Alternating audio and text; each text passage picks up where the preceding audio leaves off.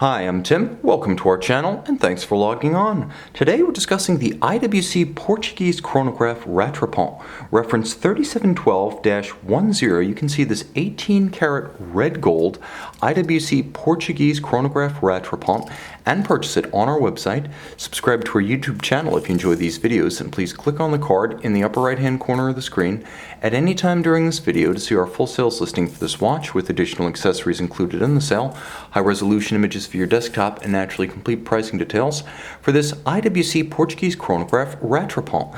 A split-seconds chronograph, it's also an unusual manual wind Portuguese chronograph. The reference 3712 debuted back in 1995 and ran through 2004, and therefore a relatively long run, but increasingly distant. Every single one of these watches has the sensibility of an older IWC, and perhaps, dare I say, a slightly less commercialized IWC. Now, this is a watch, nevertheless, that does appeal on every level. 41 millimeters across the round of the case, it's an easy watch to wear on a smaller wrist. If you're not into the 42 to 44 millimeter Portuguese references, this is a handsome package that wears well on a smaller wrist. My wrist is 16 centimeters in circumference. The watch is 41 millimeters, not including its 3 chronograph pushers and its crown. It's slimmer than you might expect. 12.6 millimeters. It looks thicker because of the sheer size and the flare of the bezel. The profile of that bezel and perhaps the Rattrapante trigger might make it difficult to clear a dress sleeve of a dress cuff, but you'll have absolutely no difficulty with sweaters, sport jackets, blazers, and suit jacket cuffs. From lug to lug, it's fairly tidy. You can see the lugs are nicely shaped to wrap around the wrist. They're also relatively compact. From side to side, 47.7 millimeters across the wrist. And if you want to know the size and spacing of the lugs for accessorizing, 20 millimeters is the span, so you will have many aftermarket and IWC OEM options.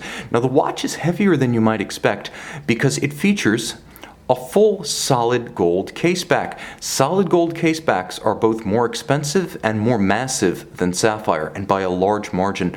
I happen to prefer that since what we're dealing with is fundamentally a manual wind modified Valjoux 7750, but more on that in a moment. Just know that the watch is heftier than you expect. It has a satisfying precious metal pull to it. It feels like a platinum watch with a display case back. Now, the strap is substantial but minimalist, as you can see, bolstered down the center to give it a bit of body, gloss finish, black rectangular scale alligator leather, folded edge monotone stitch, and on the underside, calf skin. You'll also note that the strap is exceptionally fresh. We have put a new one on this watch just for the occasion.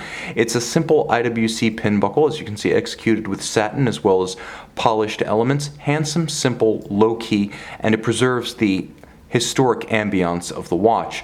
Now, the simplicity of the case is a strong point, but so is contrast. You can see just how strongly that flared tachymeter bezel with its polished underside contrasts with the linear satin finish of the flanks. Likewise, polish of the Rattrapante trigger, as well as crown and chronograph triggers. You'll note that the satin finish between the lugs is actually vertical for contrast, and that the hoods of the lugs themselves, again, that word contrast, they are polished. Now, the bezel melts away when you look at the watch from overhead. By cantilevering the bezel outward, IWC managed to visually extend the watch to make it look larger than its 41 millimeter size. Yes, I know, 40.8, my calipers say 41. The dial is simple and striking. The red gold in combination with the black is handsome, memorable, and punchy. The watch reads as larger than it is. It has outsized personality. You also note that there is a sloped conical ray halt that serves as the scale for minutes and seconds that nicely unifies the plane of the bezel with the plane of the dial and provides another focal point for the eye. All of the numerals are embossed into the dial, but beautifully contrasting in red gold. You'll note the same for the dimple-style minutes track in between each of the numerals. The hands at center are historically correct Portuguese foy or leaf style, and you'll note a gorgeous needle-like counterweighted lancet seconds hand. The sub-registers, minutes at 12 o'clock and constant seconds at 6, feature a concentric circular guilloche pattern that produces the light effect you're witnessing right now, plus each one has a polished rose gold chaptering about it.